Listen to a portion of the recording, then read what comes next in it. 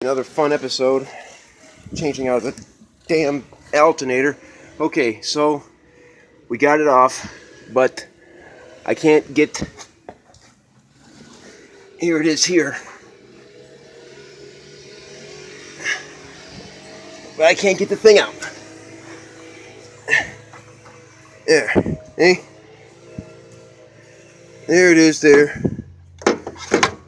You know, take my word for it, it's disconnected, but it won't come out because of the AC line here. I think I take that off maybe. I think I take that off.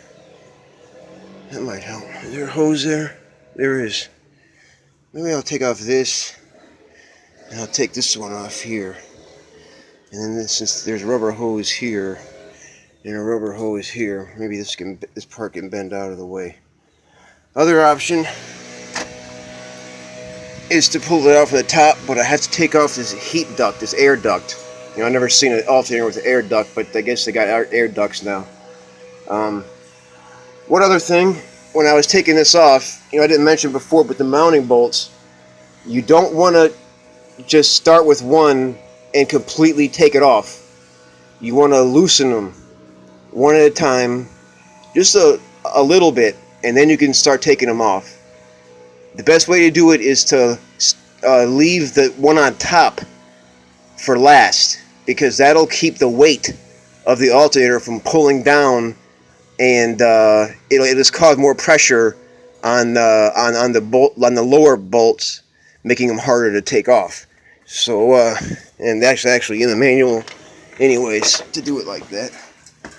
However, even though I did it like that, something happened with this one lower mounting bolt.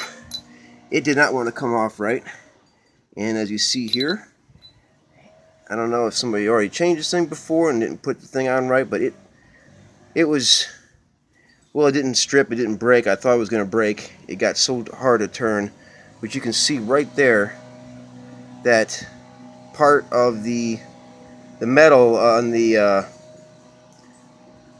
of the mounting surface itself, you know, the hole came out. You know, if I had two hands here, I could probably just spin this piece, this aluminum looks like, right off of the end of this nut here, or bolt rather. But that's a sign that it's stripped inside of there somewhere in the hole that it came out of. So, I mean, that's bad news. I'm a little bit agitated. I don't know why that happened.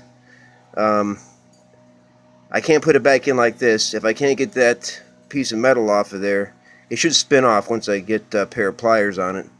Then I can't use this one. I can either go get another one or just really wing it and just put on 2 out of the 3 mounting bolts. There would be 1 on top and 1 on the bottom. To be honest, that would probably be sufficient, but that's not how you're supposed to do it. So we're going to try to get that off of there and reuse this. But that was following the rules. So, like I said, I don't know how that happened. You know, Murphy's Law, I guess. But anyway, so the second option of trying to get this thing off, as I was mentioning before, is to take off this heat shield. Look, my phone. Okay. Garage wouldn't be complete unless you drop a freaking tool or your camera. So here's this heat shield here, or air duct, I should say. And there's some mounting bolts for that. You can see them. Let's see if I can point. One right here, and then there's a couple others on here, and maybe that just taking that off will give me enough room to lift it out this way, because with this here, with your AC hoses here, it's not coming out easy.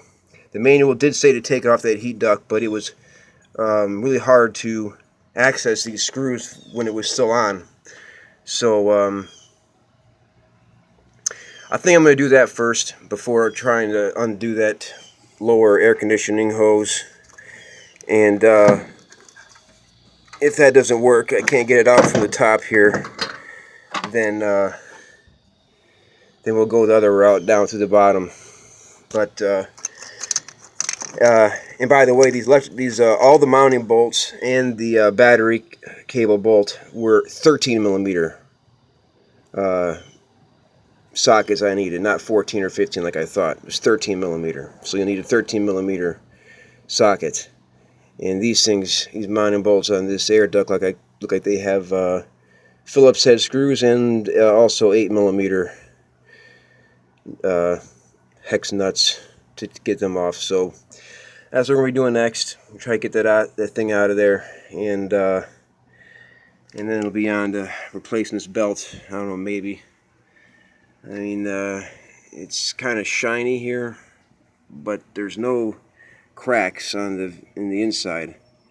So I mean, it might be okay. It was on when I bought the car. I put on 25,000 miles on it already in 9 months, and now it's got a total of 104,000 miles on it. I don't know if it's been replaced, but we'll see if I want to screw with that. I did already buy the belt, but anyways, so that's that. Yeah.